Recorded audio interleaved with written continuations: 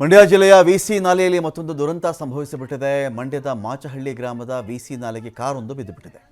ಅದು ಯಾವಾಗಲೂ ಹಾಗೆಯೇ ಮಂಡ್ಯ ಕಡೆ ನಾವು ಕೂಡ ಬಹಳ ಸಲ ಈ ಸುದ್ದಿಯನ್ನು ಓದಿರ್ತೀವಿ, ಅದರ ಗಂಭೀರತೆಯನ್ನು ಹೇಳಿರ್ತೀವಿ, ಅದು ತಪ್ಪಬೇಕು ಅಂತ ಕೂಡ ನಾವು ಮಾತಾಡಿರ್ತೀವಿ. ಮತ್ತೆ ಮಂಡ್ಯ ಕಡೆ ಅಂತ ಹೇಳಿದ್ರೆ ನಾಲೆ ಕಾರು ಉರುಳು ಬಿತ್ತು, ಯಾರೋ ಪ್ರವಾಸಕ್ಕೆ ಹೋಗ್ತಾ ಇದ್ದರು, ಯಾರೋ ಊರಿನವರಿದ್ದರು, ಸತ್ತು ಹೋದರು, ಇದನ್ನೇ ಓದ್ತಾ ಇರ್ತೀವಲ್ವ. ಇಷ್ಟೇ ವಿಷಯ. ನೀವೊಂದು ನಾಲೆಯನ್ನು ಮಾಡಿರ್ತೀರ, ಬಹಳ ಆಳವಾಗಿರುತ್ತೆ ಅದು. ಅದರ ಬದುವಿನ ಮೇಲೆ, ಅದರ ದಿಬ್ಬದ ಮೇಲೆ ಒಂದು ರಸ್ತೆ ಇರುತ್ತೆ. ಆ ರಸ್ತೆ ಇಕ್ಕೆಲಗಳಲ್ಲಿ ಒಂದು ರೈಲ್ ಇರಲ್ಲ ಅಲ್ಲಿ, ಆ ರೈಲ್ ಕಂಬಿಗಳನ್ನು ಅಲ್ಲಿ ಹಾಕಿರಲ್ಲ ಅಲ್ಲಿ, ಅಥವಾ ತಡೆಗೋಡೆಗಳನ್ನು ನಿರ್ಮಾಣ ಮಾಡಿರಲ್ಲ ಅಲ್ಲಿ. ಅಟ್ಲೀಸ್ಟ್ ಅದು ಏನಾದರೂ ಒಂದು ಮಾಡಿದಾಗ ಈ ಥರದ ಅಪಘಾತ, ಕಾರು ಆ ನಾಲೆಗೆ ಬೀಳೋ ತಪ್ಪುತ್ತೆ ಅಂತ. ಆದರೆ ಇದು ಯಾರು ಕೇಳಲ್ಲ, ಅದ್ರ ಯಾರು ಮಾಡೋರಿಲ್ಲ. ಎಣಿಸ್ಕೊಂಡು ಕೂತ್ಕೊಳ್ಳೋದು, ಯಾವ್ಯಾವ ತಿಂಗಳು ಯಾವ್ಯಾವ ವರ್ಷದಲ್ಲಿ ಎಷ್ಟು ಜನ ಸತ್ತರು ಅಂತ. 40 ಜನ ಆಯ್ತು ರೀ ಇಲ್ಲಿವರೆಗೂ, 40 ಜನ ಸತ್ತು ಹೋಗಿದ್ದಾರೆ.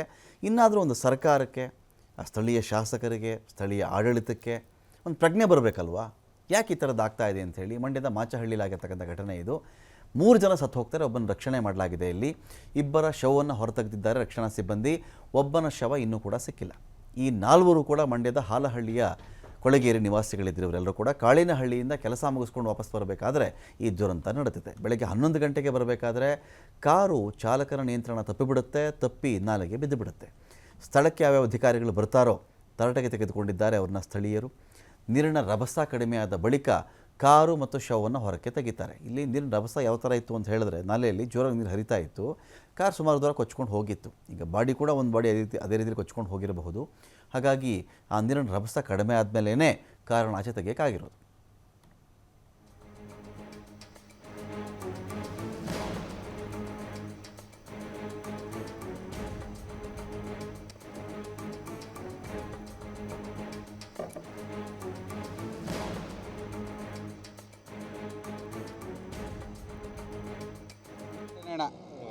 ಮೊದಲು ನೀರಿಲ್ಲದಾಗ 4 ಜನ ಯಾವುದೋ ರೀತಿಲಿ ಕಾರ್ ಬೀಳ್ತು ನೀರು ಕಾಲುವೆಳಕ್ಕೆ, ಅದನ್ನೂ ಪಾರು ಮಾಡ್ದು.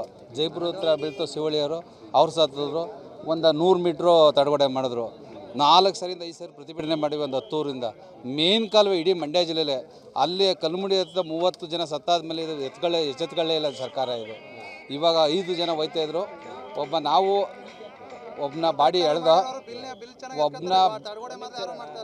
ಬಾಡಿ ಎಳ್ದೋ ಇನ್ನೊಬ್ಬ ಸತ್ತೋಗವನೇ, ಅವನು ಎಳ್ದು ಮಡಗಿದ್ದೀವಿ. ಇನ್ನಿಬ್ಬರು ಸಿಕ್ಕಿಲ್ಲ ಸದ್ಯಕ್ಕೆ. ಈಗ ತಡೆಗೋಡೆ ಇದು ಕಾರಣದಿಂದ ಇದು ಸಾವಾಗಿದೆ. ಆದಮೇಲೆ ಜನಗಳ ಜನಗಳು ಒತ್ತಡ ಆಗ್ತಾರೆ, ಏನೋ ಬೈದ್ಬಿಡ್ತಾರೆ, ಸರ್ಕಾರ ಕೆಡಬಿಡ್ತಾರೆ ಅನ್ನೋ ಕಾರಣಕ್ಕೆ ಅಷ್ಟಾಗಲ ಮಾತ್ರ ತಡೆಗೋಡೆ ಹಾಕಿದ್ರು.